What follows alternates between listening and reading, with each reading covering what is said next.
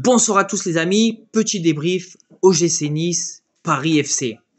Nice ont eu énormément de difficultés pour rentrer dans ce match. Grosse domination du Paris FC en première mi-temps, enfin les 20 premières minutes. Après ça allait un peu mieux, mais il y a beaucoup de choses à corriger. Bon, Nice est rentré tard dans le match, ils ont ouvert le score.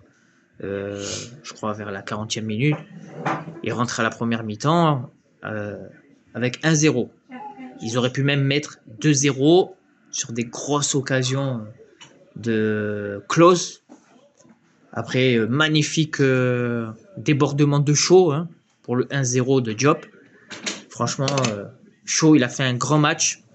Après, voilà, dommage qu'il est encore un peu trop juste. Parce que voilà, en deuxième mi-temps, je crois qu'il est sorti très vite. Voilà, donc il y a du bon et du mauvais. Après, dans cette équipe, surtout à la fin de la rencontre, grosse concentration. Grosse désinconcentration, je sais plus comment dire, putain, j'ai un bug. Il faut que l'équipe arrive à se concentrer.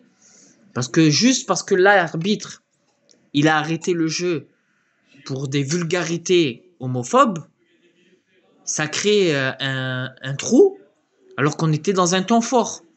Après, voilà aussi, moi je comprends pas, on est sur un temps fort, et je comprends pas pourquoi ce chant il a eu lieu d'être.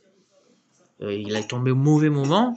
L'arbitre a mis un premier avertissement, a mis un deuxième avertissement, et on n'était pas loin du troisième avertissement, et arrêt du match, et défaite.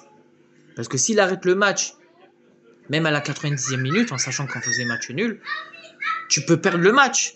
Tu peux perdre le match, tu peux avoir des points en moins. D'ailleurs, je pense le club va être sanctionné, c'est sûr et certain qu'on va être sanctionné.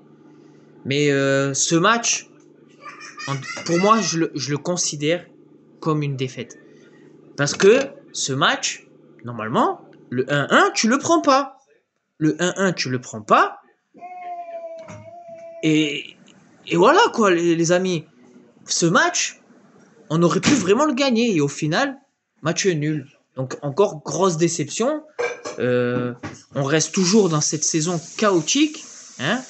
En Coupe d'Europe, on fait pas l'affaire. En Ligue 1, on n'a que 2 victoires. 3 défaites déjà. Ou 2 défaites. Là, je me dis, on est au bord de la crise. On est au bord de la crise. On n'a pris que 6 points depuis le début de championnat. 7 aujourd'hui. Et des équipes comme Lyon, qui étaient là en déficit, ils gagnent tous leurs matchs. Ils ont plus de joueurs, mais ils gagnent tous leurs matchs. Ils gagnent en Europa League. Ils gagnent en championnat. Là, je suis en train de regarder Lille contre Lyon. Lyon, ils sont incroyables. Ils sont incroyables. Et pourtant, ils ont perdu leurs meilleurs joueurs l'année dernière. Donc là, ils jouent avec les jeunes. Ils n'ont pas recruté parce qu'ils n'ont pas pu recruter. Et nous, on n'a pas pu recruter, mais on est mauvais. Et on a recruté ce qu'il fallait pas. Donc voilà. Moi, après, je dis le coaching. Il y a des choses que j'ai pas trop compris dans le coaching. Déjà, pourquoi tu t'entêtes à jouer avec je sais même pas comment il s'appelle là, le 99 là, qui était à Lens l'année dernière. Tu t'entêtes à jouer avec lui alors que ce joueur, il apporte rien. T'as mis Boudaoui, il y a eu du mieux, manque de bol. Boudaoui, il a encore problème de dos, j'ai l'impression. Je sais pas ce qu'il a eu, il est sorti. Il s'est pris un coup sur le côté. Déjà, il était avant le match, il disait qu'il était diminué. Pourquoi tu prends le risque de le faire jouer? T'as d'autres joueurs. Que tu pouvais faire rentrer plus tôt. Un Boga, tu l'aurais fait rentrer plus tôt, ça aurait été mieux. Un Sanson, tu l'aurais fait rentrer plus tôt, ça aurait été peut-être un peu mieux. Voilà, donc les choix tactiques en ce moment de l'entraîneur ne me plaisent pas. Donc Nice, c'est toujours pareil. La deuxième saison de l'entraîneur, il y a toujours un truc qui va pas. La première saison, elle est au top. Et la deuxième saison, on dirait que tout est déréglé. Après, tu me diras, on a changé complètement d'équipe par rapport à l'année dernière. Il restait 2 voire 3 cadres de l'année dernière. Non. Ah oui. Il restait une feuille de salade. c'est pas des tomates, je te parle. Et comme chaque saison, tu commences avec autant de blessés, et après tu as l'équipe qui vient petit à petit, avec les joueurs confirmés qui reviennent de blessures.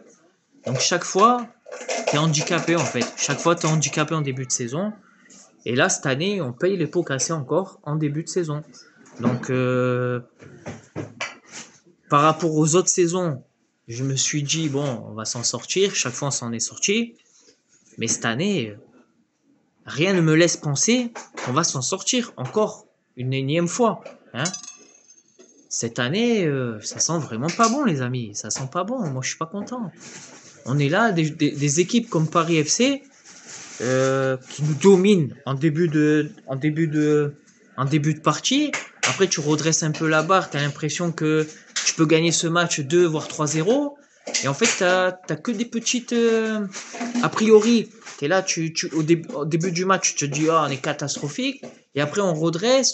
En fait, t'es un bateau, quoi. T'es là, tu navigues, tu sais pas où tu vas, en fait.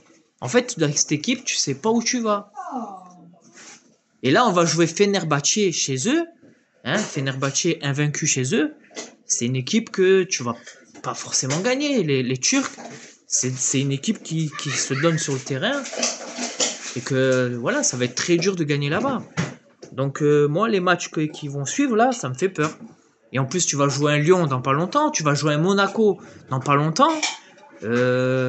Lyon qui sont dans les 3 premiers. Hein. 3 premiers, plein de confiance. Tu vas jouer un Lyon plein de confiance. Tu vas jouer un Monaco qui est en confiance aussi. Et voilà. Moi, tout ça, ben, ça me fait peur. T'as ramassé que 6 points. Début de championnat, 6 points. Donc les amis, ciao à tous. Et je vous dis à la prochaine.